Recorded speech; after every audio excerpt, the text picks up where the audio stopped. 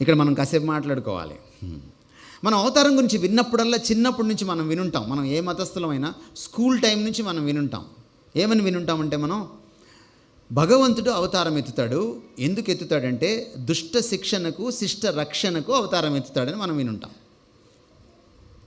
ఇందాక మనం చదివిన శ్లోకంలో కూడా వినాశయక దుష్కృతం, దుష్టుల్ని చంపడానికి, నాశనం చేయడానికి, వినాశనం చేయడానికి. పరిత్రాణాయ సాధునం, శిష్టులను రక్షించడానికి, పరిరక్షించడానికి. నాకు కాసేపు ఆగి మనం ఆలోచన చేయాలి. ఎందుకంటే మీరంతా విఘ్నులు కాబట్టి లాజికల్గా ఈ రాత్రి ఆలోచించాలి. You ask any Hindu Pandit and answer these questions. చంపడానికి దేవుడు దిగి రావాలా? దేవుడు టెక్నాలజీ అంత తక్కువ. ఉక్రెయిన్కి వెళ్లకుండా పుతిన్ యుద్ధం చేయగలుగుతున్నాడు, అక్కడ ఉన్న వాళ్ళని చంపగలుగుతున్నాడు కదా. మరి దేవుడు భూమి మీదకి రాకుండా చంపలేడా? You think about it. ఆఫ్ఘనిస్తాన్లో ఉన్న తాలిబాన్ టెర్రరిస్టుల్ని జార్జ్ బుష్ ఆఫ్ఘనిస్తాన్కి వెళ్ళి చంపాడా? వైట్ హౌస్లో కూర్చొని చంపాడు. Isn't God greater than Putin and George Bush? కాదంటారా? దేవుడు ఎవరినైనా చంపాలనుకున్నాడు అనుకోండి, ఏం చేయొచ్చు దేవుడు? మనం ఒకవేళ దేవుడికి ఐడియాలు ఇస్తే, మనకు అంత సీన్ ఉంటే, తాతకి దగ్గులు నేర్పించినట్టు,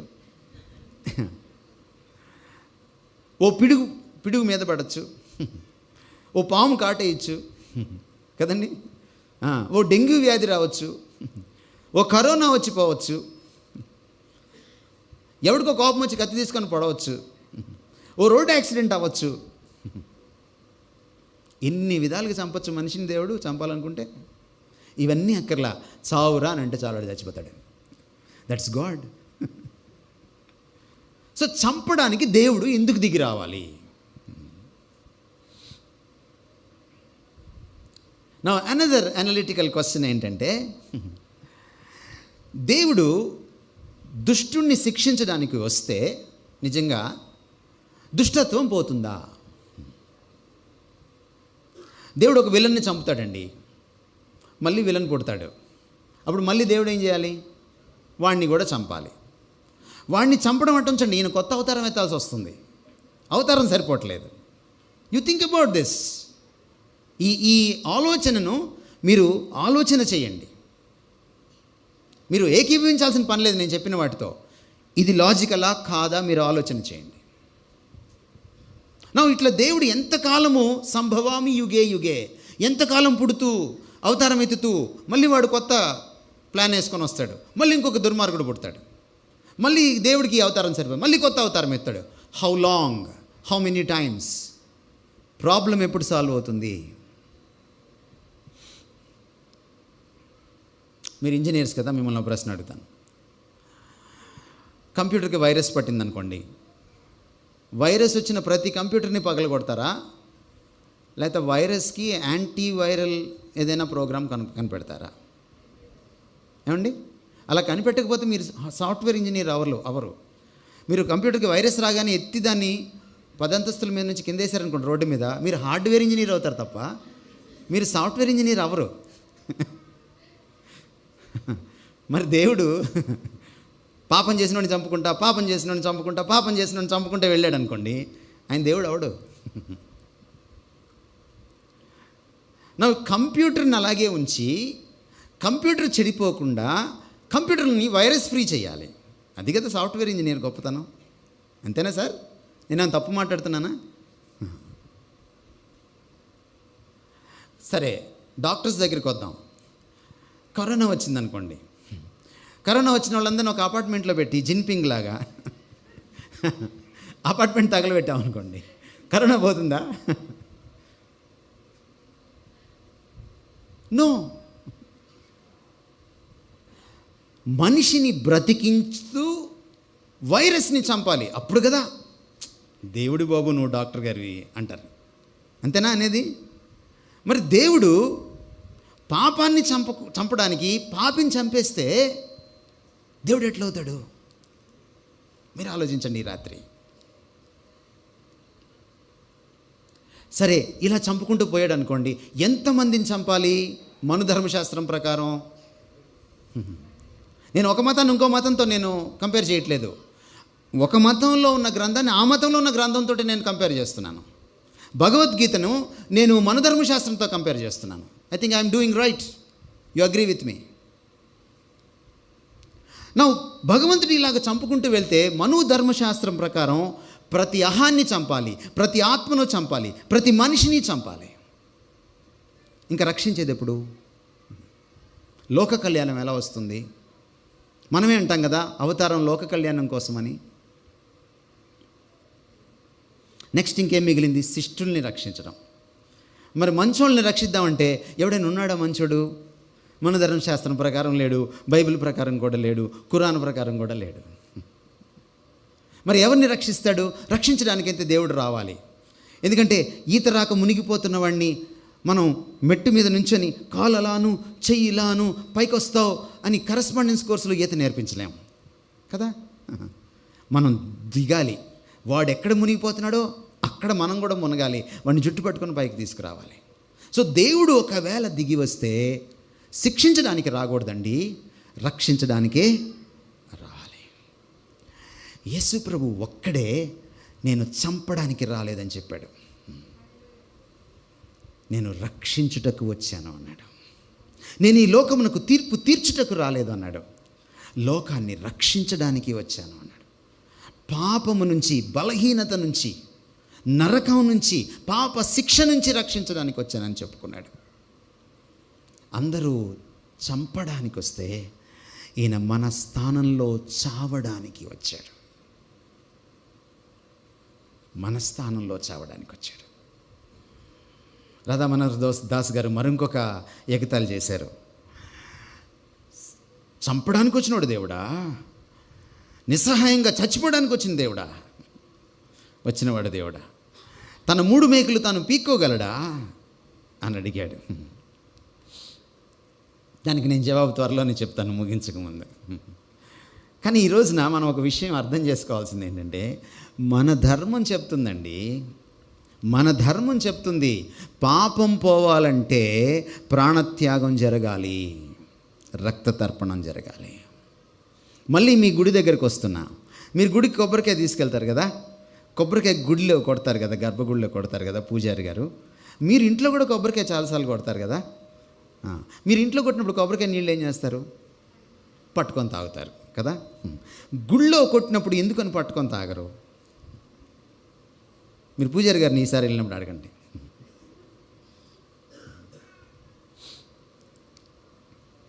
నా రెండో ప్రశ్న, కొబ్బరికాయ స్వచ్ఛమైన నీరు కదా, కొబ్బరికాయ కొట్టడం ఎందుకు? కిన్లే వాటర్ బాటిల్ కూడా కొట్టచ్చు కదా, ఎందుకు కొబ్బరికాయ ఒకటే కొడతాం? ఈసారి వెళ్ళినప్పుడు మళ్ళీ మీరు అడగండి, మీకు చాలా ఆసక్తికరమైన జవాబులు వస్తాయి పండితుల దగ్గర నుంచి. ఎందువల్లంటే అక్కడ తర్పణం జరగాలి, తడవాలి. కొబ్బరికాయ మరి రక్తం లేదా కొబ్బరికాయలో? ఒకప్పుడు రక్తం చిందించేవాళ్ళం, బుద్ధుడు వచ్చాక జీవహింస చేయకూడదని చెప్పాక మనం కూడా మార్చుకున్న మత సంస్కరణ జరిగింది భారతదేశంలో. జరిగి ఆ జీవహింస స్థానంలో, జంతు బలి స్థానంలో ఏమొచ్చిందంటే కొబ్బరికాయ వచ్చింది, కొబ్బరి బలి వచ్చిందన్నమాట. మీరు వేదాలు చదివితే వేదాల కాలంలో అజామేధ యాగం అంటే మేకల్ని బలి ఇచ్చేవాళ్ళు. అంతేకాదు అశ్వమేధ యాగం, అశ్వమేధం అంటే గుర్రాల్ని బలి ఇచ్చేవాళ్ళు. అంతేకాదు పురుషమేధ యాగం అంటే అహాన్ని బలిచ్చేవాళ్ళు. కొన్ని అనాగరిక మతాల్లో, మన దేశంలో చాలా మతాలు ఉన్నాయి, ఒక ఆర్య మతాలే కాదు, స్థానిక మతాలు కూడా, మనకి అబారిజినల్ మన రిలీజియన్స్ కూడా మన దేశంలో ఉన్నాయి. అక్కడికి మీరు వెళ్ళి చూస్తే మనుషుల్ని బలి ఇవ్వడం కూడా ఉంది. మొన్న 200-300 సంవత్సరాల క్రితం మీరు కలకత్తాకి వెళ్తే, లేకపోతే బెంగాల్ రాష్ట్రానికి వెళ్తే, హుగ్లీ నదికి చిన్న బిడ్డల్ని, చంటి బిడ్డల్ని బలిచ్చేవాళ్ళు. ఎలా అంటే అక్కడ ఆ నది ఒడ్డున చెట్టుకి ఒక చీరకి బిడ్డని ఏలాడి తీసి వెళ్ళిపోయేవాళ్ళు, నదికి బలిచ్చేసేవాళ్ళు, నదీ మాతకు. ఇవన్నీ చరిత్రే. బలి అంతేకాదు గోమేధ యాగం, మేధ అంటే చంపడం, గోవుల్ని బలి ఇచ్చేవాళ్ళు. మీరు చదవండి శాస్త్రాలు కావాలంటే. ఎందుకు బలి ఇవ్వాలండి? బలి అంటే అర్థం ఏంటో తెలుసా? పక్కనోడు చేసిన దానికి ఇంకొకడు అనుభవిస్తే బలి. మీకు బాహుబలి ఒకటే తెలుసు, ఈ బలి కూడా తెలియాలి మీకు. అది ఈ బలి, ఆ బలి కాదు, ఇది పక్కనోడు బలి. కొన్నిసార్లు క్లాస్లో జోకులు వేసుకుంటూ ఉంటాం, జోక్ వేసినోడు ఏమో సీరియస్గా ఉంటాడు, టీచరు బోర్డు సైడ్ నుంచి చేతులకు తిరిగేటప్పటికి పక్కనోడు నవ్వుతుంటాడు, వాడు బలి. మీకు ఇప్పుడు అర్థమైంది కదా బలి అంటే. అంటే మనం చేసిన తప్పులకి మరొకరు బలి అవ్వాలి. మన శాస్త్రం ఒప్పుకుంటున్న విషయాలే ఇవి. బైబిల్ ఏం చెప్తుందో అవి మన శాస్త్రాలు ఒప్పుకుంటున్న విషయాలే. సర్వ పాపాలు పోవాలంటే రక్తం చిందించబడాలి. సర్వ పాప పరిహారం రక్త ప్రోక్షణం ఆవశ్యకం. సత్యవేదం ఏం చెప్తుందో చూడండి. సర్వం రక్తేన శుద్ధయతే, రక్తేన వినా క్షమ న లాభయతే. సంస్కృత బైబిల్లో చదువుతున్నాను నేను. సర్వం రక్తేన శుద్ధయతే, రక్తేన వినా క్షమ న లాభయతే. సర్వ పాప పరిహారం రక్త ప్రోక్షణం ఆవశ్యకం. ఎందువల్ల? ఏంటి దీంట్లో లాజిక్ ఏంటి? పాపం ఎప్పుడైతే సీన్లోకి ప్రవేశించిందో మరణం సీన్లోకి ప్రవేశించింది. అంటే పాపం వచ్చినప్పుడు ప్రాణం తోడేసింది, ప్రాణం పోయింది. మళ్ళీ ప్రాణం పెడితే తప్ప పాపం పోదు, రివర్స్ ప్రాసెస్ జరగాలి. ప్రాణం ఎక్కడుంటుంది? రక్తదానం, ప్రాణదానం అన్నాం, రక్తంలో ఉంటుంది. ఏ రక్తం పెట్టాలి? పాపోహం పాపకర్మాహం రక్తం కుదరదు. పుణ్యోహం పుణ్యకర్మాహం, పుణ్యాత్మ, ఆ రక్తం పెట్టాలి. అందుకని వేదంలో ఏముందంటే సర్వపాప పరిహారం రక్త ప్రోక్షణం ఆవశ్యకం, తత్రక్తం పరమాత్మేణ, దేవుడిదై ఉండాలి. మరి దేవుడికి రక్తం, మాంసం, శరీరం ఉండదు కదా, అందుకే దేవుడు అవతారం ఎత్తాలి. ఇందాక నేను చెప్పాను రీజన్ అది. మనిషి పాపం చేశాడు కాబట్టి మానవ అవతారం ఎత్తాలి. దేవుడు జంతువుల అవతారం ఎత్తక్కర్లేదు, ఎందుకంటే అవి పాపం చేయలేదు, అవి వినైతిక జీవులు, ఎమోరల్ బీయింగ్స్. ఈ సింహానికి అస్సలు క్యారెక్టర్ లేదు అని ఇప్పుడైనా అంటారు మీరు? అనరు, కానీ మనిషికి అంటారు. ఈ సెల్ ఫోన్ చెడిపోయింది, బాగా క్యారెక్టర్ లేకుండా అయిపోయింది అని ఇప్పుడైనా అంటారా? అనరు మీరు. ఎమోరల్ బీయింగ్స్ ఇవి, ఎమోరల్ ఎగ్జిస్టెన్సెస్, ఎంటిటీస్ ఇవి. కానీ మనం మోరల్ బీయింగ్. మనం తప్పు చేసింది మనం కాబట్టి, పాపం చేసింది మనం కాబట్టి మన శరీరాన్ని భగవంతుడు ధరించాలి. తత్రక్తం పరమాత్మేన, పుణ్య పవిత్రమైన రక్తమై ఉండాలి. దానముగా ఇచ్చిందై ఉండాలి. బలియాగంగా ఇచ్చిందై ఉండాలి. Now who did this except Jesus? Who did this? క్రీస్తు తప్ప ఎవరు చేశారు దీన్ని? No one else. మీరు చరిత్రలో భూతద్దం వేసుకొని, టెలిస్కోప్ వేసుకొని వెతకండి, మీరు ఎంత పరిశోధన అన్నా చేయండి. He stands alone. అందుకని ఆయనది విశిష్ట అవతారం, అంతేకాదు ఆయనది శిష్ట అవతారం. ఎందుకంటే ఈ భూమి మీద ఉన్నప్పుడు ఆయన శత్రువులను కూడా అడిగాడు, మీలో ఎవడైనా నాలో పాపం నిరూపించగలడా? యేసుప్రభు ఒక్క అబద్ధం ఆడినట్టు ఎవరైనా చెప్పగలరా? యేసుప్రభు ఒక్క తప్పుడు పని చేసినట్టు ఎప్పుడైనా చెప్పగలరా? యేసుప్రభు ఒక్క మోసం చేసినట్టు ఎప్పుడైనా చెప్పగలరా? No never. ఎందుకని ఈరోజు హైందవుల్లో, ముస్లిమ్స్లో, అనేక మతాల్లో ఆయనకి, ఈవెన్ కమ్యూనిస్టుల్లో కూడా ఆయనకి ఎందుకు అభిమానులు ఉన్నారు? మొన్న సర్వే చేస్తే 2వ మిలేనియం అంటే 1000 AD నుంచి 2000 AD దాకా అత్యంత ప్రభావశీలుడైన వ్యక్తి ఎవరు? The most influential person in 1000 years ఎవరైనా తీసుకుంటే జీసస్ ఫస్ట్ వచ్చాడు ప్రపంచం మొత్తంలో. సెకండ్ వచ్చిన వాళ్ళకి జీసస్కి చాలా డిస్టెన్స్ ఉంది ఓటింగ్లో. సాధారణంగా సెకండ్ ఎలా వస్తుంది? 100 ఓట్లో, 200 ఓట్లో, 1000 ఓట్లో తేడా రావాలి, లక్షల ఓట్లు తేడా ఉంది. He stands apart. శిష్టావతారం, ఆయన నిజమైన పుణ్యావతారం. అంతేకాదు ఈయన ఎందుకు వచ్చాడంటే, ఈయన దుష్టుల్ని శిక్షించడానికి, శిష్టుల్ని రక్షించడానికి రాలేదు, దుష్టుల్ని శిష్టులుగా మార్చడానికి, దుష్టుల స్థానంలో దుష్టత్వాన్ని తొలగించడానికి, తాను చనిపోయి దుష్టుల్ని చంపకుండా, పాపిని చంపకుండా తాను చనిపోయి పాపులని పావనులుగా మార్చడానికి, పతితలను పవిత్రులుగా మార్చడానికి, దొంగల్ని దొరలుగా మార్చడానికి, తాగుబోతుల్ని ఎడిక్ట్స్ని సెల్ఫ్ కంట్రోల్ ఉన్న వాళ్ళగా మార్చడానికి, దుర్మార్గుల్ని హంతకుల్ని కర్కసుల్ని దయార్థ హృదయులుగా మార్చడానికి ఈయన వచ్చాడు. ఆయన సొసైటీలో చేంజ్ తీసుకురావడానికి వచ్చాడు. యేసుక్రీస్తు గురించి చెప్తే మనం ఎందుకు టెన్షన్ పడుతున్నాం? ఆయన దేశాన్ని స్వస్థపరిచేవాడు, ఆయన దేశాన్ని ఉద్ధరించేవాడు, ఆయన దేశానికి ఆశీర్వచనం ఈ క్రీస్తు. మీరు ఆలోచన చేయండి, బ్రిటిష్ వాడు వచ్చిన తర్వాత మన దేశానికి ఎన్ని సంవత్సరాలకి స్వాతంత్రోద్యమం స్టార్ట్ అయింది? మీరు వెళ్ళి చదవండి చరిత్రలోకి వెళ్ళి. ఎందుకు లేట్ అయింది స్వాతంత్రోద్యమం స్టార్ట్ అవ్వడానికి? ఎందుకంటే మనకు పాఠశాలలు లేవు, అందులో అన్ని కులాలు చదవడానికి లేదు, అమ్మాయిలు చదవడానికి లేదు. మన స్వాతంత్ర సమర యోధుల్లో లేడీస్ కూడా ఉన్నారు, లేరంటారా? ఎట్లా ఎందుకు లేట్ అయిందంటారు? మిషనరీలు రావడానికి లేట్ అయింది. వాళ్ళు వచ్చి స్కూల్స్ పెట్టాక, కాలేజీలు పెట్టాక అక్కడి నుంచి చదువుకున్నారు. బ్రిటిష్ వాడు ఒక టైంలో భారతదేశానికి స్వయం ప్రతిపత్తి ఇవ్వాలని చెప్పి బ్రిటిష్ పార్లమెంట్లో ఒక ఆలోచన వచ్చినప్పుడు, భారతీయులకి బ్రిటిష్ ప్రభుత్వంలో జాబ్స్ ఇవ్వాలనుకుంటే, ఒకనొక టైంలో స్వాతంత్రం రాకముందు there was no single graduate in India, there was no single Indian graduate in India. ఈరోజు మీరందరూ పీజీస్, డాక్టరేట్స్, పోస్ట్ డాక్టరేట్స్ నా బ్లెస్ చేయడానికే వచ్చారు వాళ్ళు. లెట్ దేర్ బి ఇండియా నేను పుస్తకం రాశారు మా గురువు గారు డాక్టర్ బాబు వర్గీస్ గారు. యుఎన్ జనరల్ సెక్రటరీతో కలిసి బ్రేక్ఫాస్ట్ చేసేటువంటి మహానుభావుడు. ఒక థీసిస్ ప్రజెంట్ చేశారు, ఆయనకి డాక్టరేట్ ఇచ్చారు రీసెంట్గా. ఆ పుస్తకం మీకు ఎక్కడైనా దొరికితే చదవండి. భారతదేశంలో మన సంస్కృతిని ఇనుమడింపచేసే గొప్ప గొప్ప పనులు చేశారు మిషనరీలు. సిపి బ్రౌన్ ఎవరు? ఆర్థర్ కాటన్ ఎవరు? ఈరోజు కాటన్ ఒక డ్యామ్ కట్టకపోతే ఈరోజు బౌల్ ఆఫ్ ఇండియా అయ్యేది కాదు ఆంధ్రదేశం.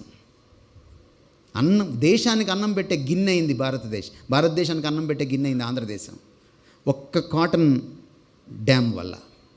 ఎవరు కాటను? ఈ పుస్తకాన్ని నమ్ముకున్న, క్రీస్తుని నమ్ముకున్నటువంటి ఒక retired military engineer. They blessed. 50,000 బాల్య వితంతువులు ఉండేవాళ్ళు. విలియం కేరీ ఇక్కడ జీవించిన రోజులు 200 సంవత్సరాల పైకి వెనక్కి వెళ్ళి చూస్తే 50,000 బాల్య వితంతువులు. అంటే చిన్న అమ్మాయిని తీసుకొచ్చి రేపో మాపో పోయేవాడిని, వాడికి నిన్న మొన్న పుట్టిన అమ్మాయిని తీసుకొచ్చి కట్టేసేవాళ్ళు. వాడు పోయేవాడు, ఈమె వితంతువు అయిపోయేది, మళ్ళీ పెళ్లి చేసుకోవడానికి వీల్లేదు. కానీ ఆ బాల్య వివాహాలకి, వితంతువులకి, ఆ స్థితికి వ్యతిరేకంగా పోరాడింది పండిత రామాబాయి, ఒక బ్రాహ్మణ వనిత, మన దేశస్తురాలే, క్రీస్తుని తెలుసుకున్న తర్వాత. Christ came to bless. దుష్టుల్ని చంపితే దుష్టత్వం పోదు. శిష్టుడెవడూ లేడు రక్షించడానికి, కానీ దుష్టుల్ని శిష్టులుగా చేయడానికి ఆయన దుష్టత్వాన్ని తన మీద వేసుకొని సిలువకెక్కాడు, రక్తం కార్చాడు. సర్వపాప పరిహారానికి పరమాత్మైన పుణ్యదాన బలియాగం చేశాడు యేసుక్రీస్తు. ఆయన మనల్ని పుణ్యమూర్తులుగా మార్చడానికి వచ్చాడు, మనకి సెల్ఫ్ డిగ్నిటీ ఇవ్వడానికి వచ్చాడు. నేను ముగిస్తాను. యేసుక్రీస్తు వారిది అమృతావతారం, అంటే మృతము లేని అవతారం. ఆయన వచ్చాడు, అవతరించాడు, అద్భుతంగా జీవించాడు, ప్రాయశ్చిత్తం చెల్లించాడు, కాలగర్భంలో కలిసిపోలేదు, తనువు చాలించి వెళ్ళిపోలేదు, తనువుతో పాటు ఆయన స్వర్గానికి వెళ్ళాడు. ఆ తనువుని లేవదీసుకొని మరణం నుంచి, మృత్యువు నుంచి స్వర్గానికి ఎక్కిపోయాడు. ఆయన మరణాన్ని గెలిచినప్పుడు తాకి చూచి సైంటిఫిక్గా నిర్ధారణ చేసుకున్న శిష్యుడు ఈ భారత గడ్డపైకి వచ్చాడు క్రీస్తు శకం 52లో. మీరు అనుకుంటారు చాలాసార్లు క్రైస్తవ మతం నిమ్నజాతి మతం, క్రీస్తు నిమ్నజాతీయుల దేవుడు, దళితుల దేవుడు అని. మీరు అలా అనుకుంటే మాత్రం యు ఆర్ అట్టర్లీ రాంగ్. భారతదేశంలో మొట్టమొదటి కాన్వర్ట్స్ బ్రాహ్మిన్స్, నిష్ఠ కలిగిన బ్రాహ్మణ పుంగవులు, సంధ్య వారుస్తూ సూర్య నమస్కారం చేస్తున్నటువంటి బ్రాహ్మణ పుంగవులకు ఈ థామస్ సువార్త చెప్పినప్పుడు వాళ్ళు క్రీస్తును అంగీకరించారు. ఇప్పటికీ ఆ వర్గం క్రైస్తవం, మర్తోమా క్రైస్తవులు లక్షలాది మంది ప్రపంచంలో వ్యాపించున్నారు, కేరళైట్స్. ఈరోజు మీరు కేరళ రాష్ట్రానికి వెళ్తే క్రైస్తవం ఫార్వర్డ్ క్యాస్ట్ అక్కడ, because Brahmins were the first converts. అంతేకాదు, బ్రాహ్మలు మొట్టమొదట క్రీస్తుని స్వీకరించే సమయానికి గ్రేట్ బ్రిటన్ అనే కంట్రీ ప్రపంచ పటంలో లేదు. మీరు వెళ్ళి ఏ సోషల్ మాస్టర్నైనా అడగండి. అమెరికా అసలు లేదు, ఎందుకంటే కొలంబస్ పుట్టలేదు, అమెరికాను కనుక్కోలేదు. వాస్కోడిగామా పుట్టలేదు, ఇండియాని కనుక్కోలేదు, బ్రిటిష్ వాడు ఇక్కడికి రాలేదు. గ్రేట్ బ్రిటన్ అనే కంట్రీ పుట్టకముందు, యుఎస్ఏ అనే కంట్రీ పుట్టకముందు, వాళ్ళు ఇక్కడికి రాకముందు, మన మీద రాజ్యం ఏలకముందు మనం క్రైస్తవులం. వీఆర్ సీనియర్స్, మామూలు సీనియర్స్ కాదు, సూపర్ సీనియర్స్ మనం క్రైస్తవంలో. ఎందుకంటే మరణం గెలిచిన క్రీస్తును తాకి చూచిన వాడు ఇక్కడికి వచ్చాడు. ఆయన సమాధి ఇంకా ఉంది. మీరు చెన్నైకి వెళ్ళొచ్చు, మైలాపురంకి వెళ్ళొచ్చు. చెన్నైలో అతి ఫేమస్ మౌంట్ రోడ్ ఆయన పేరు మీదే ఉంది, సెయింట్ థామస్ మౌంట్ రోడ్. ఎందుకంటే ఆ గుట్ట పైన ఆయన అస్థికలు పాతి పెట్టారు. That's Jesus. అందుకనే ఆయన చంపడానికి రాలేదు, ఆయన మన కోసం మన స్థానంలో చావడానికి వచ్చాడు. మనల్ని తనలాగా మార్చుకోవడానికి తను మనలాగా మారిపోయాడు. అందుకని ఒక గొప్ప మేధావి ఏమన్నాడంటే, the son of God became the son of man in order to make the Sons and daughters of men the Sons and daughters of God. మనుషుల్ని దేవుళ్ళలాగా మార్చడానికి, దేవుడు లాంటి స్వభావం మనలో పెట్టడానికి దేవుడు మనిషి అయ్యాడు. అదే క్రిస్మస్ యొక్క అద్భుతమైన సందేశం. ఇంతకు మించిన ప్రేమ ఉంటుందా? అందుకే ఆయనది ప్రేమ అవతారం.